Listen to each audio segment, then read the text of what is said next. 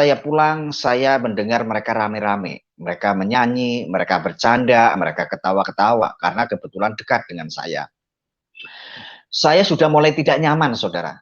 Begitu saya tidak nyaman, karena waktu itu saya sudah mulai fanatik. Saya sudah tidak lepas tasbih, saya tidak lepas kopiah, saya tidak lepas sarung. Ya, jadi tujuan saya hanya sholat, wiridan, malam, tahajud, dan seterusnya. Karena tujuan saya untuk menjadi pribadi yang lebih baik, saya ingin jadi guru ngaji waktu itu. Begitu ketidaknyamanan saya dengan adanya orang Kristen, saya ngadu sama Tuhan saya. Waktu itu, saya angkat tangan, saya angkat tasbih, saya ngadu sama Tuhan.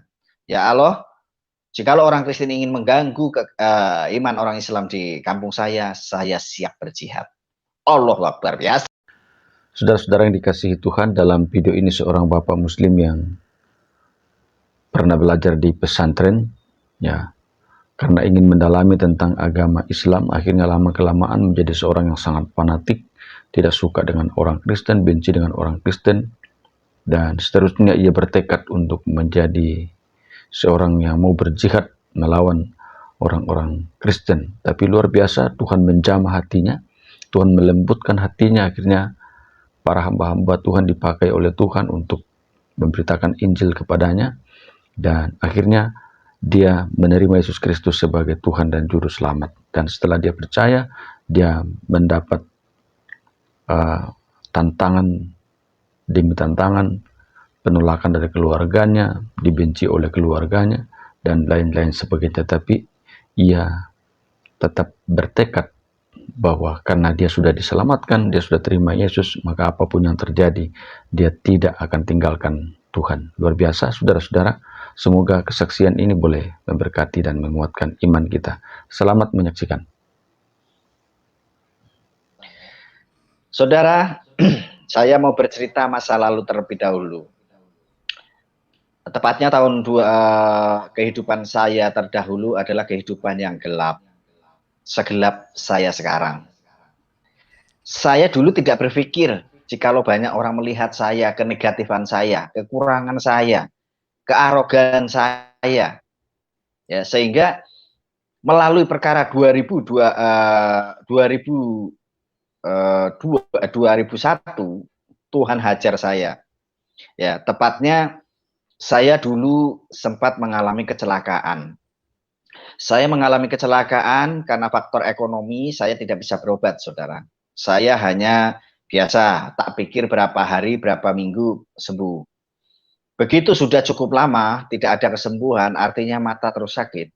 Saya baru berobat dengan inisiatif, dorongan, dan dukungan keluarga. Biasa kalau orang di kampung berobat tanpa ada biaya atau meminimalisir biaya dengan ke dukun-dukun, ke paranormal, ke orang-orang pinter.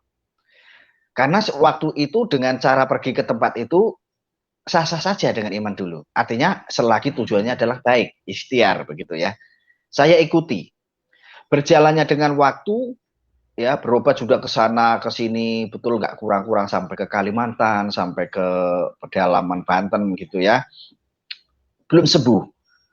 Akhirnya saya muncul keputusasaan, saudara. Saya putus asa, saya stres, saya frustasi, saya mengurung diri di rumah. Saya mengurung diri di rumah bertahun-tahun dengan menyesali hidup, dengan menghayati apa yang saya alami saat itu. Akhirnya di situ peperangan yang sangat luar biasa. Ya, saya jadi orang yang minder, saya jadi orang yang malu, saya jadi orang yang tidak pede. Padahal kalau hidup masa lalu, perbandingan masa lalu, jauh sangat berbeda. Saya dulu orangnya tidak bisa diatur, sukanya mengatur, tidak mau diperintah, sukanya memerintah. Ya, orangnya sok-sokan begitu ya. Nah, saat Tuhan izinkan saya untuk mengalami seperti itu, waktu itu saya belum kenal Tuhan. Saya sangat-sangat menderita sekali. Setiap hari saya mengalami yang namanya kesakitan yang sangat luar biasa, dan kalaupun mau berobat saya terkadang orang tua sudah nggak punya duit. Lalu dengan dalam keputusasaan seperti itu, saya punya inisiatif pikiran saya, saudara. Orang mungkin sudah melihat saya negatif, orang melihat saya tidak benar, ya. Makanya saya punya inisiatif, saya ingin menjadi orang yang benar dan orang yang lebih baik. Dengan tujuan untuk saya mengenal agama, saya mondok di pesantren. Maaf, ada di Wonosobo. Begitu saya mondok ke sana, ya tujuan saya selain mondok saya mau kenal agama, saya memang kepengen sembuh. Dan juga tujuan saya Bapak Ibu untuk menghilangkan paradigma orang lain tentang negatifnya saya ingin menjadi orang yang baik kenal agama dan saya kepengen sekali menjadi guru ngaji waktu itu. Begitu saya jalani mondok di Wonosobo, saya di sana seringkali saya kalau menghadap guru besar saya diruqyah karena waktu itu saya tertuduh, waktu itu saya diintimidasi oleh salah satu paranormal. Dia mendetektif saya bahwa di dalam saya ada sengkolo, beberapa sengkolo yang membuat saya gagal dalam kehidupan. Dan dia tawarkan suatu jimat untuk saya menebus agar untuk menolak balak itu semua. Tetapi berhubung karena ekonomi, saya tidak bisa. Akhirnya saya ngadu ke guru pondoksan saya, dan di sana saya diruqyah. Begitu saya diruqyah, saya setiap hari hanya disuruh menghafal untuk wiridan, ya, untuk sholat. Karena waktu itu saya sama sekali tidak ya mengenal, tahulah tentang sholat, tetapi tidak menjalankan. Begitu di sana ditekankan sekali, spirit masuk, saya jadi optimis, saya jadi mulai fanatik, saudara. Dengan keyakinan yang baru mendasar itu, saya sudah percaya diri. Begitu saya pulang, saya ke kampung. Berapa kali saya bertemu dengan teman-teman saya yang mereka berduyun-duyun berkumpul. Begitu saya mendengar dari orang tua, katanya mereka berkumpul dibimbing oleh seorang Kristen. Waktu itu ada beberapa penginjil, pendeta, dan mungkin ada anak-anak Kristen di sana, anak-anak Tuhan di sana waktu itu. Begitu berjalan dengan waktu, setiap saya pulang, saya mendengar mereka rame-rame. Mereka menyanyi, mereka bercanda, mereka ketawa-ketawa, karena kebetulan dekat dengan saya. Saya sudah mulai tidak nyaman, saudara. Begitu saya tidak nyaman, karena waktu itu saya sudah mulai fanatik. Saya sudah tidak lepas tasbih, saya tidak lepas kopiah, saya tidak lepas sarung. Ya, jadi tujuan saya hanya sholat, wiridan, malam, tahajud, dan seterusnya. Karena tujuan saya untuk menjadi pribadi yang lebih baik, saya ingin jadi guru ngaji waktu itu. Begitu ketidaknyamanan saya dengan adanya orang Kristen, saya ngadu sama Tuhan saya. Waktu itu, saya angkat tangan, saya angkat tasbih, saya ngadu sama Tuhan. Ya Allah, jikalau orang Kristen ingin mengganggu iman orang Islam di kampung saya siap berjihad. Allah Akbar, biasalah seperti mereka-mereka ya. Padahal tentang agama saya masih minim. Tetapi kepanatikan itu sudah tak rasakan waktu itu. Begitu saya pulang ke pondok, saya menghadap guru besar saya mengadu. Dengan tujuan dan harapan saya, nanti guru besar saya akan berkata dan menjawab dengan apa yang saya inginkan. Maaf, Mbah, saya bilang, kalau di sana manggil Mbah Yai, Mbah ya. Kalau masuk ke dalam ruangannya pun harus jongkok, keluar pun harus merangkak begitu ya. Bah, di tempat saya banyak orang Kristen. Mereka memberitakan kekristenan dengan tetangga-tetangga saya dan teman-teman saya. Itu membuat tidak nyaman saya dan orang Islam khususnya di sana, Pak. Mbah, saya bilang begitu ya. Atas nama orang banyak, saya alasan itu. Lalu si guru besar saya diam sesaat. Terus dia menjawab, loh, setauku orang Kristen apik-apik kok ya, baik-baik kok ya, tidak masalah katanya begitu. Nah, itu bertentangan dengan saya, dengan niat dan tujuan saya, saudara. Karena harapan, tujuan, dan keinginan saya, nanti guru besar saya akan menjawab, oke, besok kamu bawa 1, 2, 3 truk sana, usir orang-orang Kristen, kamu berjihad. Pikir saya itu begitu, saudara. Tetapi apa yang saya dengar jawabannya tidak seperti itu. Dan itu tidak membuat saya nyaman. Waktu itu tidak menerima saya dengan jawaban guru saya. Saya lalu naik ke tingkat 2. Di sana saya berpikir, merenung ya. Saya mulai berpikir tentang orang Kristen. Dan saya punya inisiatif dan punya cara saya sendiri. Waktu itu saya pulang.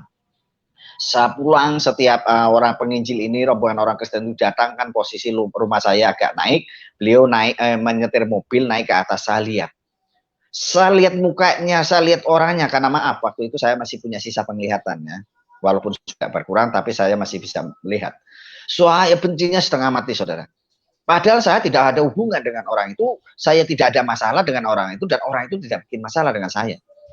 Itu luar biasanya, ini namanya spirit roh agamawi yang pernah saya alami. Begitu saya benci sekali, satu tujuannya berapa kali teman saya datang ke rumah. Kalau ini penginjil ibu ini sama temannya pendetanya datang, mereka sudah ketawa-ketawa, ngobrol, nyanyi-nyanyi. Nanti ada beberapa teman datang ke tempat saya. Ayo ikut ke sana, nanti biar didoakan orang Kristen, siapa tahu sembuh. Dan yang luar biasa, saudara, begitu teman saya masuk ke tempat saya, ngajak untuk saya bisa ketemu orang Kristen biar didoakan, dia pakai kalung salib. Marah saya tendang, saya bilang, najis kamu ya. Sekali lagi kamu ke sini, tak ajar, saya bilang gitu waktu itu ya. Dia lari, dia keluar, saudara. Dia keluar, terus minggu depannya beliau ini datang lagi, saya diparanin lagi. Singkat cerita, saya lama-lama mau untuk menghargai, walaupun saya masih pakai kopiah, saya masih pakai pakai tasbih, saya masih bawa, cuman saya sudah tidak pakai sarung. Saya ngobrol di situ. Saya tidak ngobrol oleh penginjil ini dan seorang pendeta. Kenapa? Sampai kapan sakit? Dari kapan sakit seperti ini? Saya cerita bla bla bla bla bla begitu. Lalu mereka menawarkan, boleh tidak saya berdoa? Begitu, saudara. Saya didoakan waktu itu oleh rombongan pendeta itu. Mereka nangis-nangis, mereka amin, saya ikut amin. Udah selesai. Setelah itu, karena pas kebetulan waktu itu mata saya lagi kambuh sakit. Saya keluar dari situ, saya ke rumah ambil sesajen.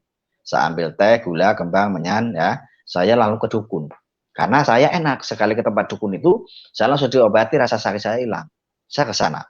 Dan itu pertentangan itu saya berlanjut cukup lama, saudara. Sampai singkat cerita, ibu ini, penginjil ini, mereka sering datang ke kampung saya, ya, sering bawa makanan, cerita begini-gini, dia tawarkan. Mungkin melalui banyak diskusi ini, saya potong-potong dengan kesaksian kemarin, melalui banyak diskusi, ibu ini bertanya ke saya, mungkin kamu belum perlu Tuhan, mungkin kamu tidak butuh Tuhan, tapi suatu saat kamu butuh. Dia lalu masukkan secari kertas ke kantong depan saya, dan ternyata kertas itu tulisan nomor telepon. Waktu itu belum ada banyak HP, tetapi wartel. Begitu saya simpen, saudara. Saya sampai rumah, saya simpen. Begitu saya mulai sakit matanya, kebetulan bapak saya punya duit, saya berobat. Ya, saya berobat harus naik angkutan. Pas mau pulang ke rumah, tidak ada angkutan cukup lama. Saya menengok ke samping, di samping saya ada wartel. Lalu saya telepon ibu ini, saya bilang, ibu bisa ke tempat saya enggak? Ibu bilang, kamu yang itu ya, namanya itu ya, yang dulu minta duit ya, katanya. Tidak Bu, saya tidak akan minta duit. Karena maaf saudara, dulu sewaktu ibu penginjil dan rombongan ini masuk ke kampung saya, memang jadi isu yang negatif. Ya, dipikirnya mau mengkristenisasi ya, dan setiap orang yang mau jadi orang Kristen akan dibayar 50 juta waktu itu. Itu sempat heboh waktu itu ya. Termasuk mungkin ibu ini berpikir saya juga yang menceritakan. Begitu saya bilang, tidak Bu, saya mau kenal Tuhan. Oke, kalau dulu saya datang ke kampungmu, kamu ancam-ancam, kamu isu-isukan, kamu adu domba begitu, sehingga kamu ancam keselamatan saya. Besok saya datang ke rumahmu, kamu mau jamin keselamatan saya? Saya bilang, ibu tamu saya. Ibu jadi saya yang jamin keselamatan. Singkat cerita, ibu ini datang ke rumah seminggu, minggu depan datang, kita diskusi biasa, kita ngobrol. Lalu si ibu ini nyeretup, boleh nggak saya berdoa? Saya bilang, boleh. Karena saya memang sudah benar-benar putus asa waktu itu, saudara. Begitu saya didoakan, beliau bilang amin, saya amin, walaupun saya tidak mengimani waktu itu ya. Dan luar biasa dan aneh dan nyata, saudara, yang seharusnya sore, pagi, siang, sore lagi saya minum obat. 2 hari saya baru ingat, ternyata saya nggak minum obat. Saya bisa tidur, saya bisa makan, saya bisa duduk santai. Kalau dulu tidur saya tidak bisa. Betul, selama 1,5 tahun lebih saya tidak bisa tidur. Artinya saya kalaupun tidur saya harus minum obat tidur atau minum obat anti nyeri. Begitu saya tidak ingat, makan saya enak, duduk saya enak. Ya, mata saya dulu kalau kambuh itu kayak mau ke depan mau melotot, keluar air panas karena kata dokter infeksi. Itu ya. Setelah itu berobat ke dukun-dukun nggak sembuh, singkat cerita saya langsung berobat ke dokter. Dan dikatakan di situ ibu ini mau berdoa, saya boleh silakan. Setelah saya didoakan, saya sembuh. Saya sadar, baru 2 hari saya baru sadar kenapa saya nggak minum obat. Saya mulai penasaran, saudara.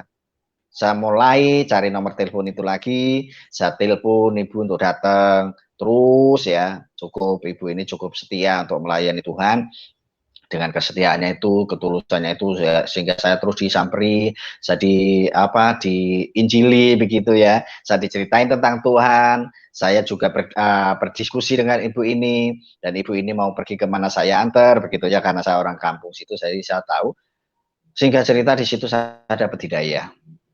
Saya dapat hidayah ya dalam keputusasaan saya itu, ya saya jadi Bapak Ibu, sewaktu saya mengalami sakit, saya betul-betul depresi berat, ya stres berat. Saya sudah tidak ada harapan, saya sudah tidak ada impian, juga tidak akan ada harapan hidup saya. Terlalu di dalam kesendirian, di dalam murungnya saya di kamar, ya saya dulu proteksi sekali. Kalau teman-teman saya mau datang, saya sudah tutup pintu, saya tidak mau. Dan singkat cerita banyak, saya begitu ditekan, ya, ditekan oleh lingkungan. Ya, begitu peperangan di dalam pikiran saya, antara saya disuruh mati dan saya dibilang jangan. Saya sempat mau bunuh diri 2 kali dan semua digagalkan dengan kata-kata Tuhan yang di dalam hati saya berkata, jangan mati karena kamu berarti. Singkat cerita, saya penasaran dengan suara itu, lalu saya cari-cari, setiap ibu datang ke tempat saya tanya tentang Tuhan. Beliau bisa menjelaskan yang dapat saya mengerti. Begitu sudah saya yakin, saya terus menyerahkan diri kepada Tuhan, saudara. Karena dulu betul-betul harga diri saya sudah betul-betul habis, saudara. Ya, karena waktu zaman muda dulu, waktu zaman masih sehat, ya, saya itu orangnya arogan. Saya orangnya suka ya namanya ya biasalah anak muda ya, suka yang hidup tidak benar ya, suka berantem segala macam. Saya kalau mau butuh minuman keras atau rokok, saya tinggal suruh anak-anak di situ. Kalau nggak mau saya tempeleng, saya tendang, saya cubit perutnya. Itu terus, setiap ada truk, ada mobil memang harus setor ke saya waktu itu. Nggak pagi, nggak siang, nggak malam. Berjalan dengan waktu itu, saudara, saya itu di saat Tuhan izinkan saya sakit, betul-betul Tuhan rubah 180 derajat. Kebetulan saya sudah berhubungan dengan si penginjil ini, dan saya betul-betul sudah tertarik dengan kekristenan. Begitu saya sudah menyerahkan diri kepada Tuhan untuk dibaptis, waktu itu saya dibaptis bulan Agustus 2003, harinya Jumat. Ya, bukan kesembuhan yang saya terima, artinya bukan mata saya melihat lagi, saudara. Tetapi hari Jumat saya dibaptis, hari Minggu saya ibadah, pulang dari ibadah saya tidur, pagi sudah tidak bisa melihat sinar.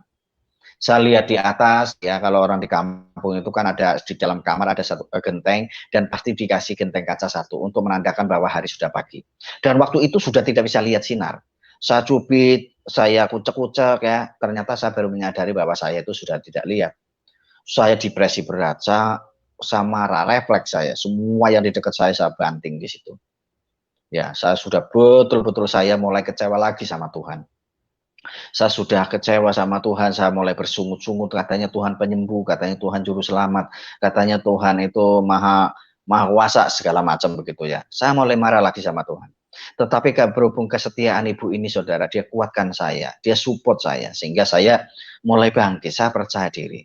Ya, cukup lama saya mengurung diri dan cukup lama saya ditekan. Sewaktu saya sudah menyerahkan diri kepada Tuhan, saya mulai dianiaya, saudara. Apa yang Alkitab katakan bahwa di saat engkau percaya kepadaku, nanti kedua orang tuamu, saudara-saudaramu akan membenci kamu. Itu terjadi, saudara. Saya mulai dibenci oleh kakak-kakak saya. Ya, kakak-kakak saya itu sudah mulai hujan surat, waktu itu belum ada HP. Jadi dia tahu saya jadi Kristen, dia kirim surat yang intinya mengancam saya untuk kembali ke Islam kalau mau diurusi. Kalau tidak mau, jangan anggap aku ini saudara, tapi kamu mau setiap lebaran tidak akan saya kirim dan tidak dicukupi. Waktu itu kalau lebaran seperti itu. Tapi saya tidak marah dan saya tidak takut, saudara. Bahkan kakak saya pulang dari Jakarta, saya di sidang. Saya dimarah-marahin, mereka jamin saya sembuh. Nanti saya dengan catatan mondok, ya di pondokan itu nanti akan diobati sembuh dengan syarat tinggalkan Kristen. Saya menolak, saudara, saya tidak mau. Marah kakak saya, dia banting korek yang pakai besi punya bapak saya, dia bilang kamu sombong, memang kamu orang lain nggak selamat.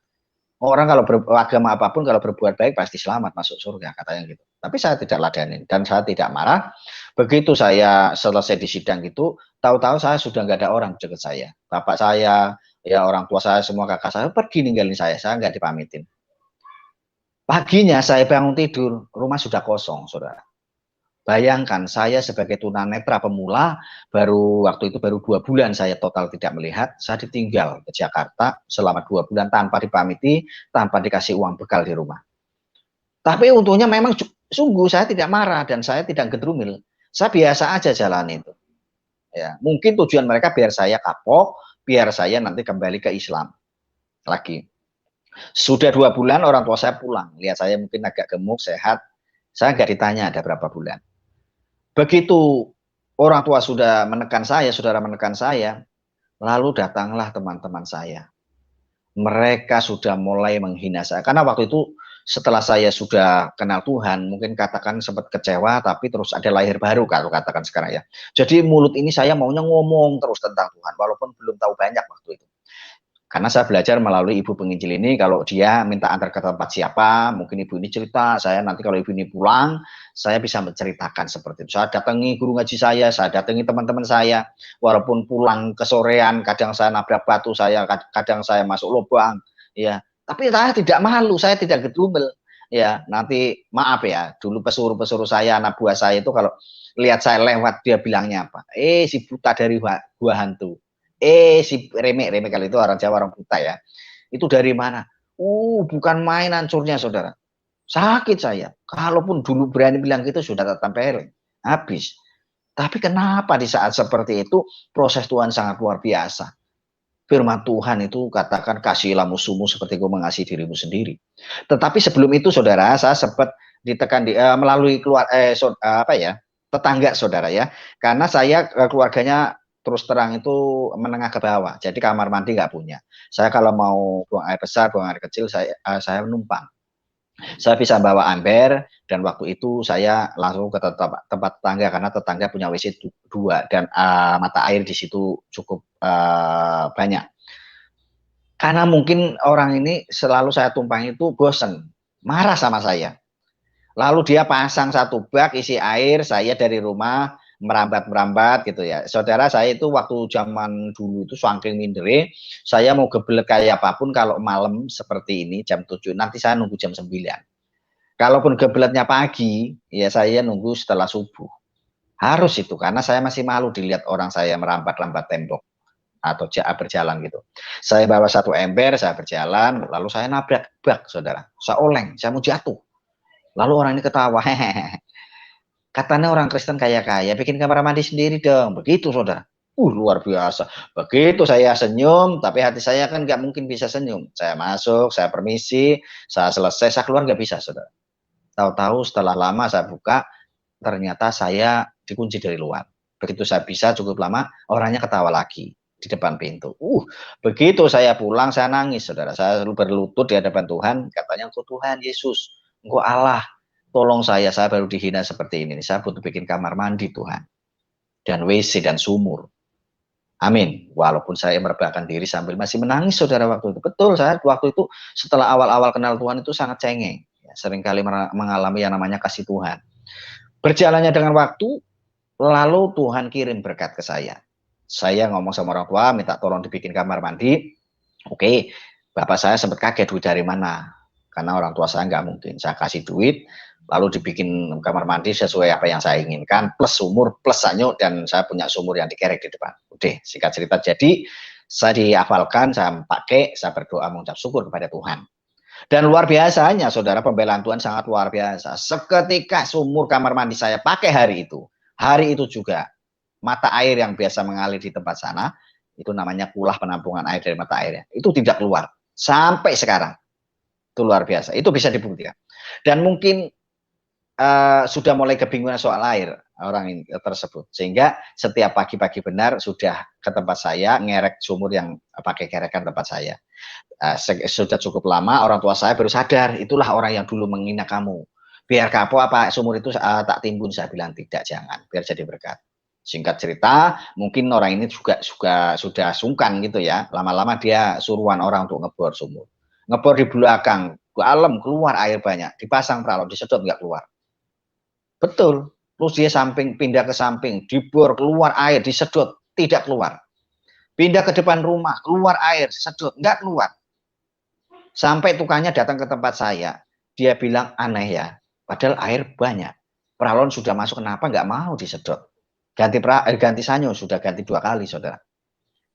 Begitu mungkin orang ini sudah sangat kebingungan, lalu dia ngomong ke tempat bapak saya bahwa sumur bor yang dulu dipakai tetangga saya mau dia pakai, itu di tanahnya bapak saya. Tapi bapak saya bilang, coba kamu ngomong sama Herman. Dia izin ke saya bilang silakan. Begitu, dia pasang pralon, dia sedot, nggak keluar. Betul sungguh itu. Sampai sekarang nggak punya sumur. Karena mungkin sudah nggak bisa.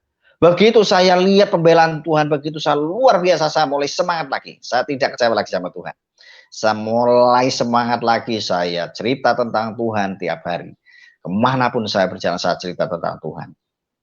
Begitu sudah melewati semua itu, teman-teman saya, anak buah saya juga mulai ngece saya, ya, menghina saya, mengata-ngatain saya, ya. Saya tidak bisa apa-apa, saudara. Betul firman Tuhan katakan, di saat engkau sedang ditinggikan, sesungguhnya engkau sedang direndahkan. Tetapi saat engkau sedang direndahkan, sesungguhnya derajatmu sedang ditinggikan. Saya alami, saudara. Tidak cukup di situ. Saya setiap malam didatangi jihad, saudara. Padahal tujuan saya dulu yang mau jihad itu saya mau menolong orang Kristen. Tapi setelah saya sudah ditangkap Tuhan, saya menyerahkan diri kepada Tuhan, lalu saya didatangi hampir tiap malam itu 3 orang. Ya, mereka keliling ke tempat teman-teman saya, mereka yang ikut pembinaan waktu itu cukup banyak. Mereka mengintimidasi, mereka menakut-nakuti. Mati-mati tidak boleh dikubur di sini.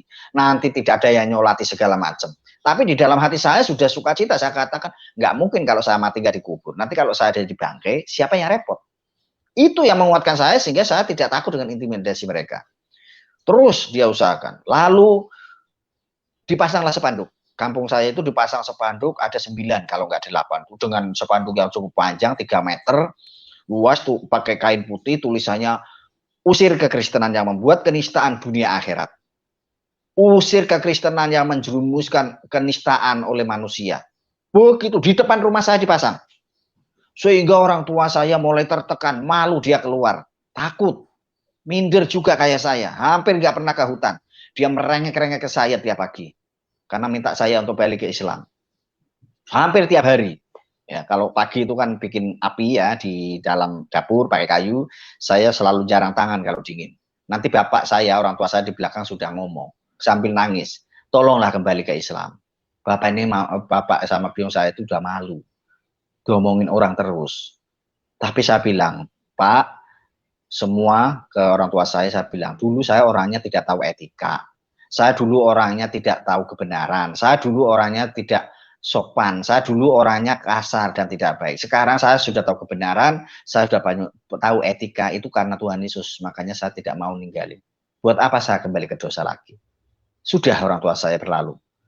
Tidak cukup di situ, saudara. Tetangga-tetangga saya sampai dia lalu mengintimidasi orang tua saya dan mendiamkan saya. Saya tidak ditegur, tidak disapa, saya tidak dianggap, padahal saya seorang tidak lihat waktu itu. Tapi saya ngerasa betul waktu itu tidak marah, saya tidak takut dengan cara-cara mereka mengintimidasi saya. Karena saya percaya itu roh Tuhan sudah ada di dalam saya. Lalu dengan berjalannya waktu terus ya, itu saya lalu dibawa oleh penginjil ini berobat. Ya, berobat ke dokter, ternyata saraf saya sudah putus. Sudah putus dan tidak bisa didonor, tidak bisa diobati. Lalu saya pulang. Saran dokter, saya dulu diangkat matanya yang satu, biar menyelamatkan yang satu, saya nggak mau. Lalu saya pulang, saya menyendiri lagi, saya banyak mendengarkan lagu rohani di situ, saya semakin dikuatkan. Begitu saya sudah yakin dengan kuat dengan iman saya, lalu saya dimasukkan ke sebuah sekolah orientasi yang ada di Semarang oleh ibu rohani saya itu tadi. Maaf, penginjil yang saya sebut itu adalah sekarang jadi ibu rohani saya dimasukkan. Padahal saya belum, seumur-umur saya tidak bisa membaca Alkitab, saudara. Dari 99 siswa waktu itu yang tunanetra saya, toh. Mereka kebanyakan sudah punya titel ya, pendeta, rohaniwan, pemain musik, lain Tuhan. Saya tidak tahu waktu itu, tidak mudeng. Tapi saya ikuti saja di situ. Saya ikuti saja selama 6 bulan pembentukan. Begitu luar biasa Tuhan kerja ke dalam hidup saya sehingga lepas dari tempat itu saya masuk ke dalam full timer dalam satu gereja, terus saya melayani di sana. Itu saudara. Apa yang saya alami waktu itu adalah dampak dari semua doa yang Bapak Ibu sampaikan. Karena ternyata wajar kalau orang-orang sekarang, kadrun-kadrun sekarang itu mereka benci dengan kekristenan. Saya yang dulu tidak kenal ibu, tidak ada bermasalah dengan ibu penginjilan aja bisa benci, saudara. Karena mereka sadar tidak sadar sudah dilingkupi oleh roh agamawi, oleh doktrin-doktrin oleh mereka. Dan sangat disayangkan, sehingga tidak salah juga jikalau kita punya pemikiran seperti itu ke mereka. Yang jadi persoalan kan mereka terkadang sudah terkena doktrin tidak mau mendengar tentang Tuhan. Itu saya kasihan kadang melihat mereka. Buat apa mereka mata melihat? Ya, maaf ya memang bersyukur mata melihat. Tetapi mereka tidak ada kejaminan keselamatan. Ya, ajaran mereka, doktrin mereka adalah radikal, kepanatikan. Apa yang mereka ikuti? Roh agamawi saja. Ya, makanya saya dalam kondisi seperti itu, kalau teman-teman saya bertanya, bagaimana dengan kondisi sekarang yang sudah tidak lihat? Sukacita kah? Sukacita. Bagaimana, apa tidak pengen sembuh? Kepengen, tapi kalau Tuhan pun tidak sembuhkan, saya sudah cukup senang. Gitu saudara, saya diejek.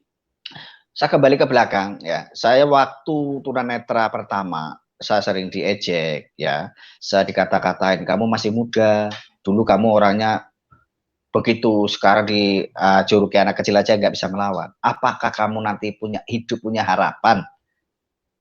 Gitu. Apakah masih ada yang mau menikah sama kamu? Begitu, saudara.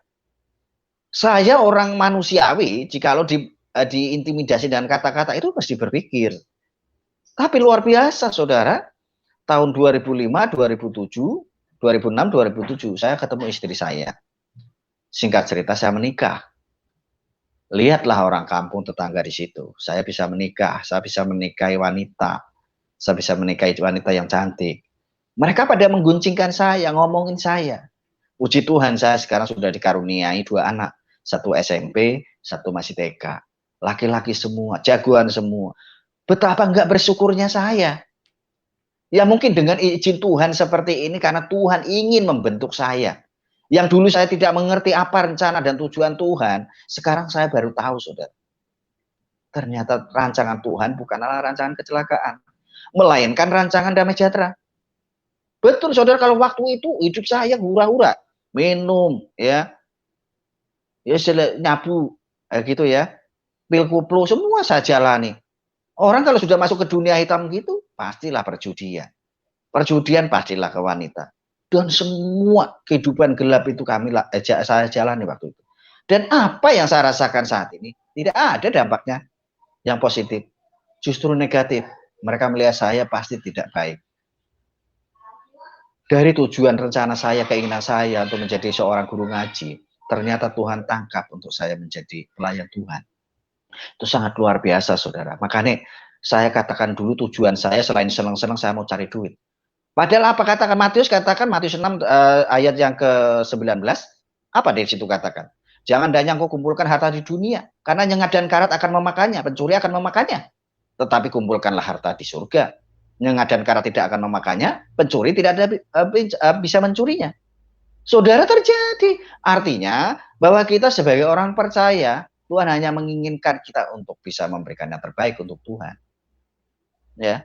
Makanya kalau saya sarankan ya, untuk semua murtadin, saya angkat jempol. Terima kasih, karena kita semua tidak salah. Kita semua sudah dibenarkan oleh Tuhan. Kita adalah imamat yang rajani bangsa yang kudus. Dulu kita digelapkan oleh roh agamawi, sekarang kita sudah diselamatkan.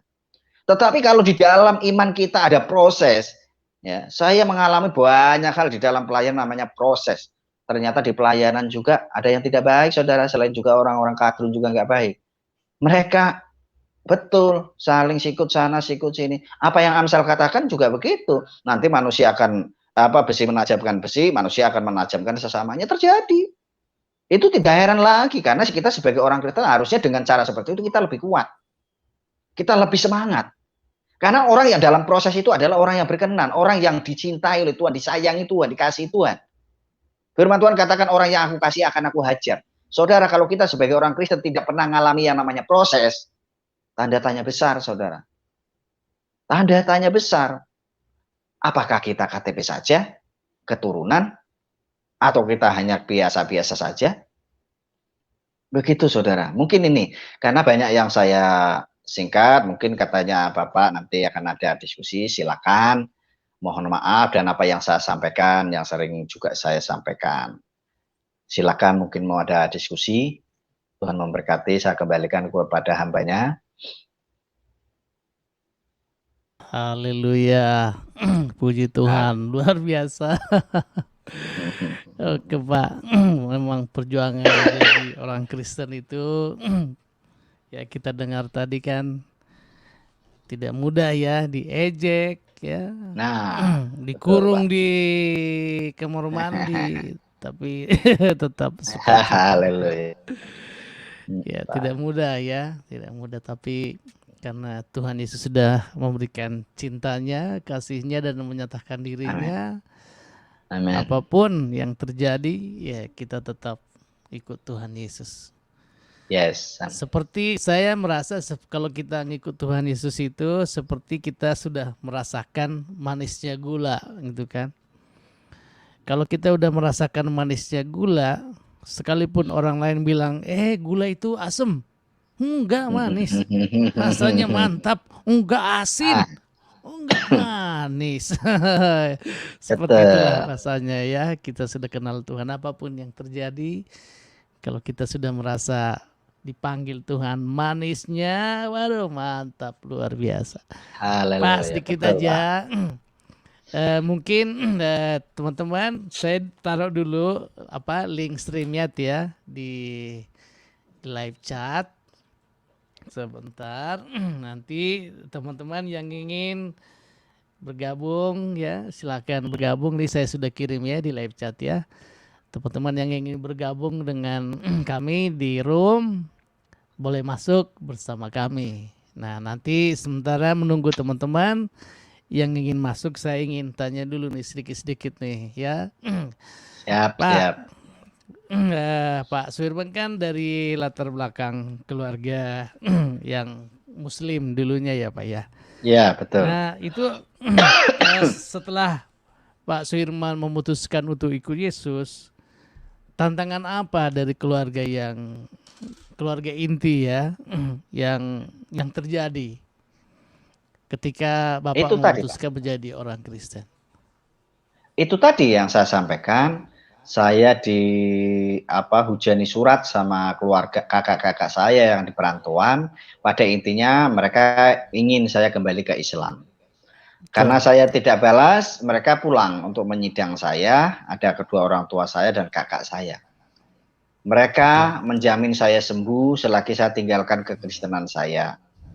Mereka mau saya diobati oleh seorang kiai. Saya tidak mau. Saya menolak. Lalu kakak saya marah, dia banting korek besi itu, dia bilang, sombong kamu. Memang orang Kristen saja yang selamat. Agama lain kalau berbuat baik juga selamat masuk surga. Begitu, saudara. Lalu saya ditinggal. Ditinggal tanpa dipamiti, paginya saya sudah ditinggal, nggak ada orang selama 2 bulan saya ditinggal ke Jakarta. Oleh orang tua saya. Padahal saya waktu itu jadi tunanetra baru 2 bulan. Jadi orientasi saya belum begitu paham, ya, dan saya juga interaksinya juga masih agak belum begitu pede. Itu yang tekanan dari keluarga saya. Iya. Namun tetap ya apapun yang terjadi tetap ikut Tuhan Yesus ya Pak. Oke, selalu. Luar biasa. Iya. Lalu setelah ngikut Tuhan itu setelah kita sudah sudah dengar ya kesaksiannya bagaimana banyak tantangannya itu ya. Tantangan yang dilecehkan lah, direndahkan lah, semuanya itu namun tetap di dalam Tuhan ya.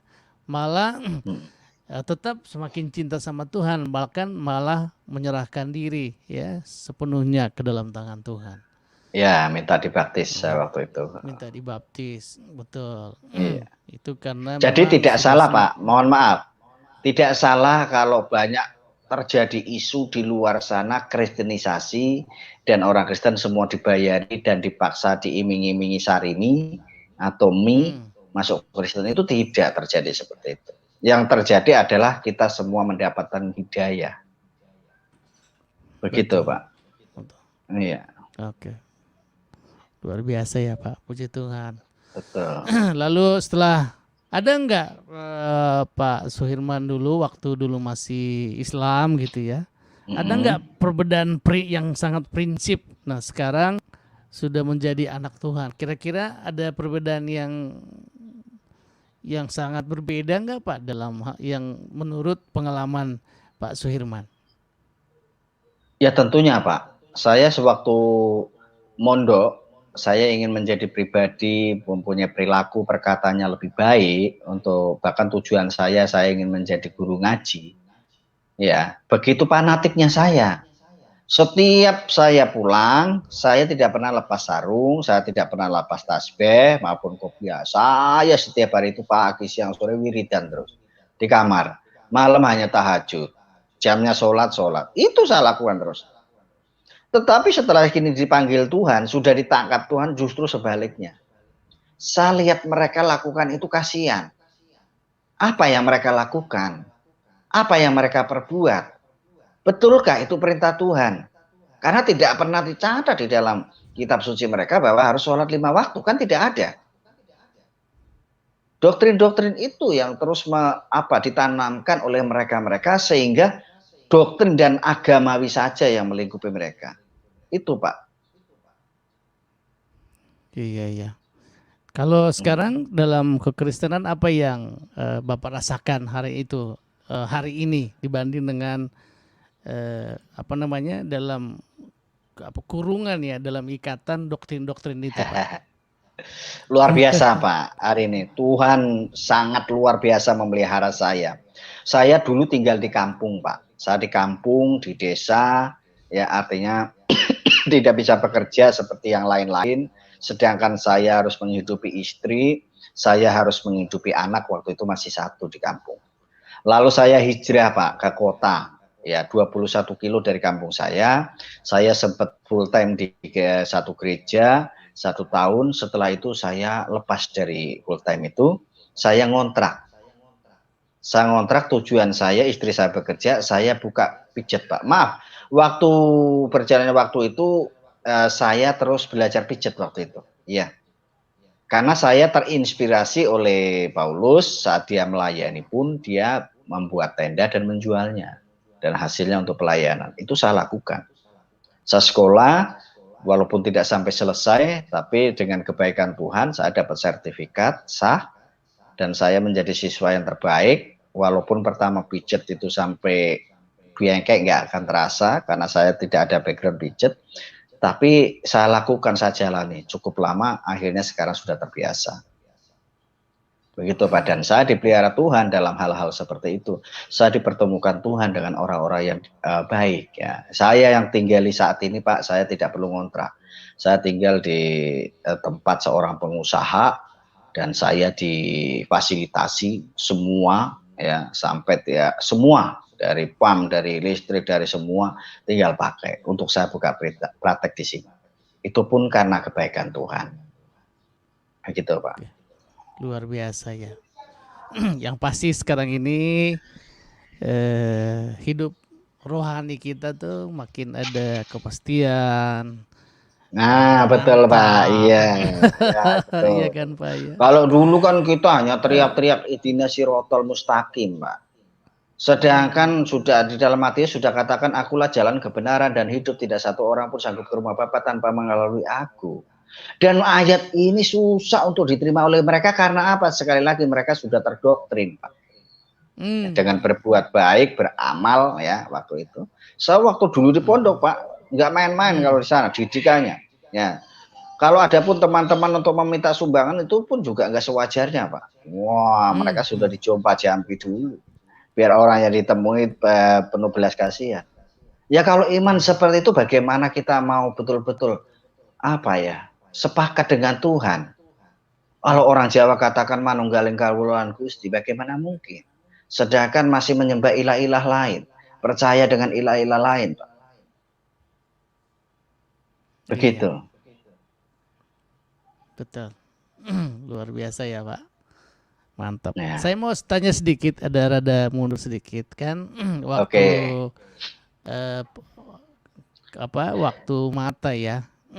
Namanya istilahnya halus untuk mata gitu, pemandangan atau apa gitu. Nah Saya itu ternyata kan dulu, maksud saya kenapa? begini, waktu dulu kan sudah berusaha berobat ke kiai, ke Ya dukun, betul, betul. kemanapun, bahkan Ya keluarga menjamin gitu kalau balik lagi jadi Islam kita betul. support gitu Bisa kan, sembuh. bisa Ya. sembuh. Nah ternyata kan sampai sekarang kan ternyata ya istilahnya Tuhan mengizinkan harus harus sekarang tuh dua-duanya ya Pak tidak bisa melihat Iya, lagi ya, sekarang dua-duanya, Pak. Iya. dua-duanya melihat ya. Dan ternyata Iya. ngikut Tuhan ternyata ada kehilangan pemandangan itu. Nah, maksud Betul. saya, nah apa ada rada menyesal nggak loh? Kenapa saya nggak ikut Oh, dulu keluarga saya? Kira-kira itulah begitu. kekecewaan saya, Pak. Makanya saya tadi bilang itu saya sangat mulai marah lagi sama Tuhan. Setelah saya menyerahkan diri dibaptis hari Jumat, hari Minggu pulang ibadah, saya tidur pagi saya sudah tidak melihat total, Pak. Justru itu yang saya alami, bukan kesembuhan, tapi fatal bagi saya waktu itu. Dan saya kan masih manusia, Pak. Dan iman saya dulu belum sekuat, maaf ya, bukan berarti sekarang kuat, tidak ya. Artinya pengenalan akan Tuhan belum seperti sekarang. Saya ya jelas marah dan saya kecewa. Saya berpikir, adapun orang tua sarankan, nanti orang tua pergi ke dukun sana, pulang-pulang sudah bawa kembang sama air, saya suruh minum. Gitu, Pak. Walaupun saya sembunyi-sembunyi gitu ya, tak buang di kolong, gitu ya. Tapi dalam hati pun antara saya lakukan, antara tidak, Pak. Kalau saya lakukan ini lagi, saya sudah menyakiti hati Tuhan lagi. Kalau saya tidak lakukan ini, takutnya ya, mbok-mbok nanti saya bisa sembuh lagi. Begitu, Pak. Iya. Akhirnya kebanyakan saya buang di kolong tempat tidur, karena waktu itu kan kalau tempat tidur kami lantainya masih tanah, jadi kalau dibuang kan aman gitu ya. Masih seperti itu. Betul.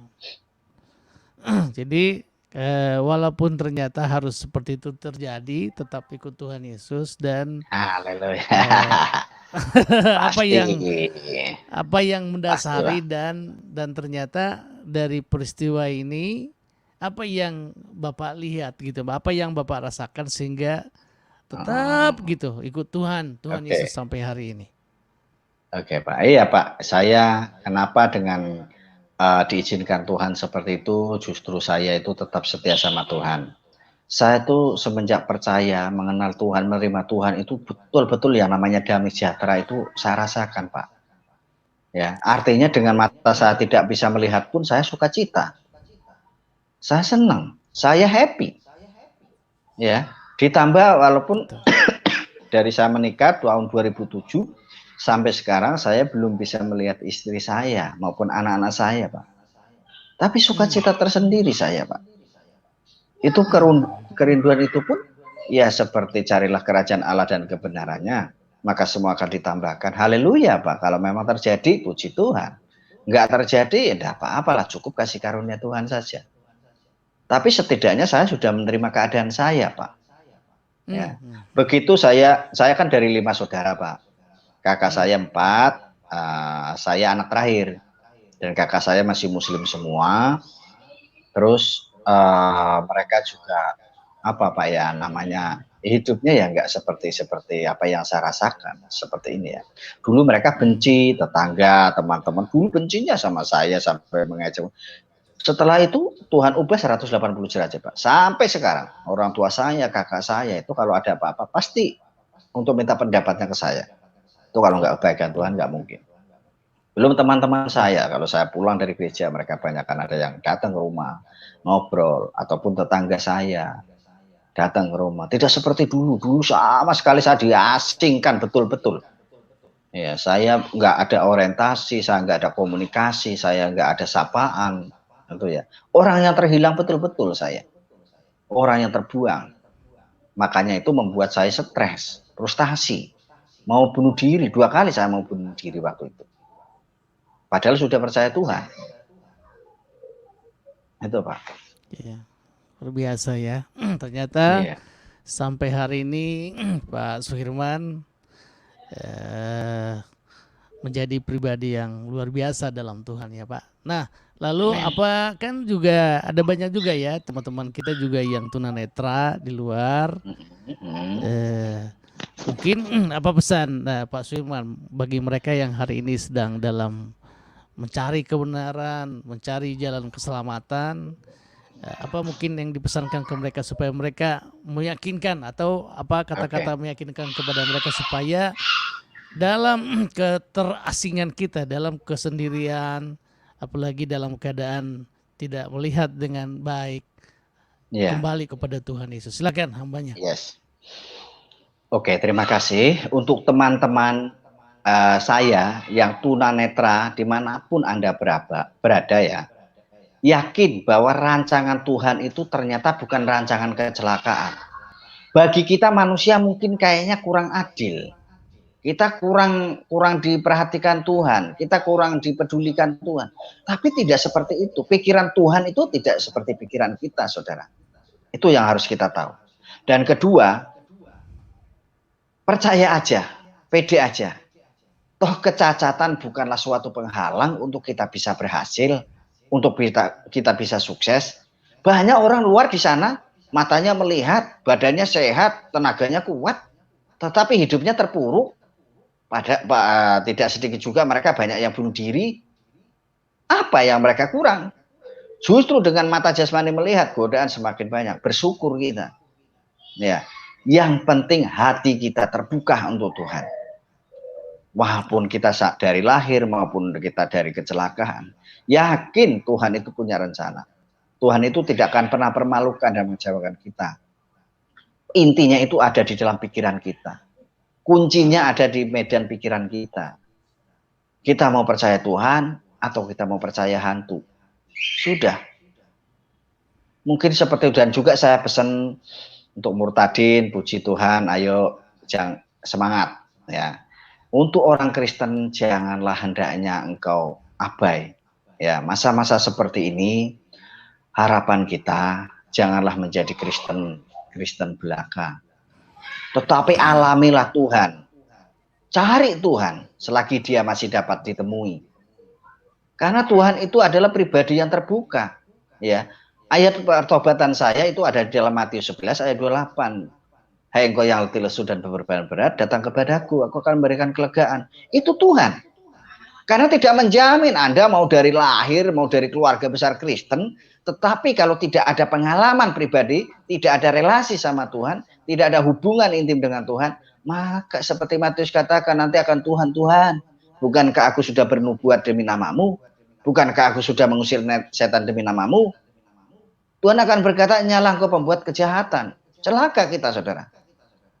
Jadi bukan patokan kita jadi orang Kristen, tetapi hubungan kita sama Tuhan. Mungkin begitu. Semangat dan salam sadar. Mantap. Mari. Luar biasa. Jadi harus sadar ya, luar biasa. Nah, tadi Pak Suirman sudah bilang tadi dalam keterbatasan ini tapi masih bisa tetap berkarya dengan melakukan tadi satu pijat ya. Pijat, betul Pak. Ya. Betul. Oke, mungkin ada mungkin secara khusus dalam pelayanan pijat ini apa plus-plusnya? Haleluya. Ada juga namanya begitu ya, ada juga. Tetapi kan tinggal kitanya ya. Kalau saya itu melayani khusus pria Pak. Kalau ada wanita banyak yang maksud saya begini Pak. Saya kan sudah dengar kesaksiannya, yaitu kan maksud saya dalam tanda kutip plus-plusnya itu ternyata ada gitu, artinya sambil kita membantu orang, ada juga betul, yang Pak, diberikan pesan-pesan kan, nah itu dia Pak, terangkan sama kita. Jadi gini Pak, saya selama saya buka praktek di tempat ini ya, karena tempat cukup luas, pasien setiap datang itu harus bagi saya itu target harus ya. Harus dikenal Tuhan, harus tahu Tuhan. Itu harus Pak. Karena bagi saya itu memberitakan kebenaran, jadikanlah seluruh bangsa muridku, itu ada amanat agung bagi saya. Soal nanti orang ini tidak akan kembali ke tempat saya, mau minta tolong terapi saya lagi, itu urusan Tuhan Pak. Karena saya terlalu percaya berkat datang dari Tuhan. Dan berapa kali Pak saya di sini mereka didatangi dari mereka.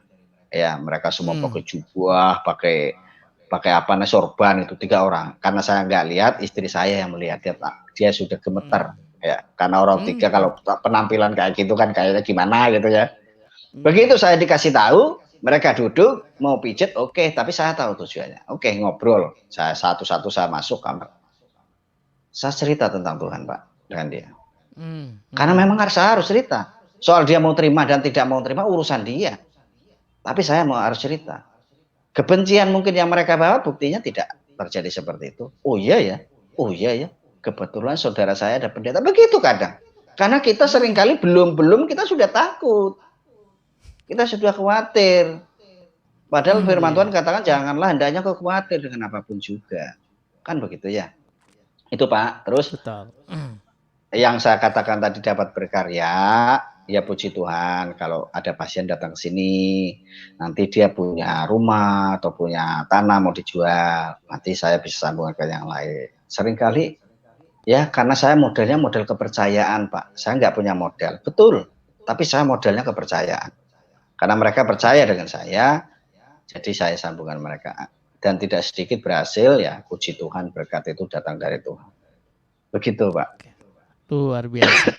Kalau saya melihat profil Bapak itu ada tulisan Tumon. Itu apa sih itu Pak? Itu nama kecil saya Pak, nama keren saya. Oh gitu. Jadi Bapak kalau masuk kampung saya atau ke kota saya mungkin nanya Suherman belum banyak yang kenal. Tapi kalau nanya Tama itu banyak yang kenal. Itu banyak. Karena kenapa saya tidak pakai? Karena nama itu ya keren-keren sedikit kurang bagus lah Pak. Namanya Tumon. Jadi waktu itu kan masih muda, gampang di SD itu. Setelah lulusan sekolah, Pak gurunya, kepala sekolah tawarkan siapa yang mau ganti nama atau ngurangin umur, begitu Pak. Saya itu orang dulu murid disayang Tuhan Pak, disayang guru Pak. Saya sampai disayangnya saya suruh tinggal kelas 2 kali. Karena sayang sekali mereka sama saya. Tinggal kelas 2 kali Pak. Oh gitu. Karena saking pinternya saya, mereka kan sayang. Oke, lalu gimana selain itu tadi mengenai hari-hari yang di rumah, saya mendengar bahwa Bapak juga aktif dalam pelayanan ya Pak? Iya Pak, puji Tuhan, saya sekarang dipercayakan untuk melayani di cabang Pak, di satu gereja saya melayani di cabang di situ. Jadi setiap minggu pagi saya ke sana 21 kilo dari tempat saya.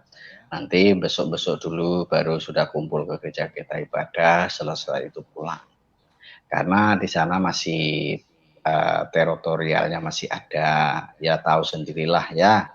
Tetapi saya cukup lama dari tahun 2007 sampai sekarang Pak. Setelah saya menikah sama istri saya komitmen untuk menyerahkan hidup untuk melayani. Begitu. Iya. Oke. Secara full time ya Pak melayanannya. Iya Pak. Iya. Baik, puji Tuhan ya. Yang intinya walaupun ada keterbatasan, ternyata masih tetap bisa melayani dengan baik, bisa berkarya dengan baik. Nyatanya keluarga, anak-anak semua dipelihara Tuhan ya Pak sampai hari ini. Betul Pak, puji Tuhan. Luar biasa. Tuhan baik. Haleluya. Luar biasa ya kita teman-teman di Rajana Bahasa Channel. Kita tadi sudah mendengar luar biasa ya kesaksian dari hambanya Pak Suherman. Ya, tadi kita sudah dengar bagaimana perjuangan beliau ngikut Tuhan. Ya, sudah diiming-imingi untuk berobat ya, supaya dan kami menanggung biayanya dan bisa sembuh. Tetapi ternyata dihiraukan semuanya itu demi Tuhan Yesus.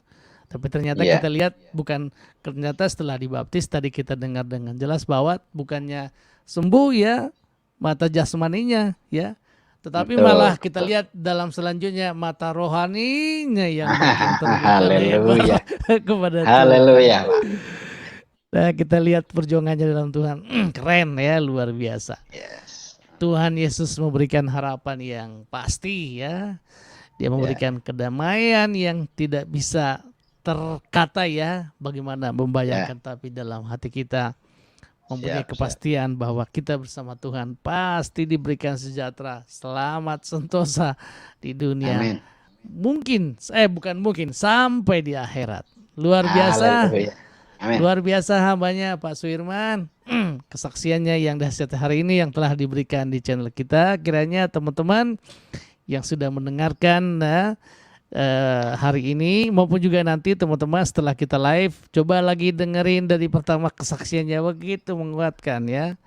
Dengarkan ulang lagi, share kepada teman-teman bahwa ini ada hamba Tuhan yang spesial ya. Ternyata Haleluya. Tuhan berperkara dalam kehidupannya hingga pada hari ini. Teman-temanku yang baik di channel kita ya, baik yang ada di Indonesia, di luar Indonesia, teman-teman mungkin ada teman kita di Sabah ya, yang cinta Tuhan, ada di Belanda, ada di Filipina, di Amerika. Ya teman-teman yang ingin mendukung pelayanan dari hambanya Pak Suhirman ya, teman-teman bisa memberikan dukungan berupa doa dan dana ya. Saya sudah menaruh nomor rekening dari Bapak Suhirman di deskripsi, dan itu selama channel ini masih ada ya, selama channel ini masih dipelihara Tuhan, nomor itu tidak akan saya cabut dan akan tetap di situ. Supaya apa? Supaya teman-teman yang mendengar seksama kesaksian ini digerakkan Tuhan untuk memberkati beliau, langsung bawa handphone. Di situ ada mobile banking, langsung kirim ya. Jangan sampai menahan berkat yang dari Tuhan dalam diri kita. Salurkan berkat itu kepada Pak Suhirman supaya hambanya juga bisa terberkati baik dalam keluarga, dalam pelayanan, dan dia juga bisa bukan hanya jadi terima berkat tapi juga memberkati banyak orang melalui hidupnya. Mungkin itu dari saya Pak Suhirman. Barangkali ada yang terlupakan tadi, mungkin 1-2 menit, silahkan Pak Suhirman. Oke saudara, jadi pada intinya ya saya katakan tadi, marilah kita sebagai orang percaya yang sudah punya jaminan keselamatan, kita jaga, kita lewati, kita lalui, kita jalani keselamatan itu. Karena di luar itu banyak ya, nabi banyak, agama banyak, tapi keselamatan tidak ada. Keselamatan hanya ada pada kita.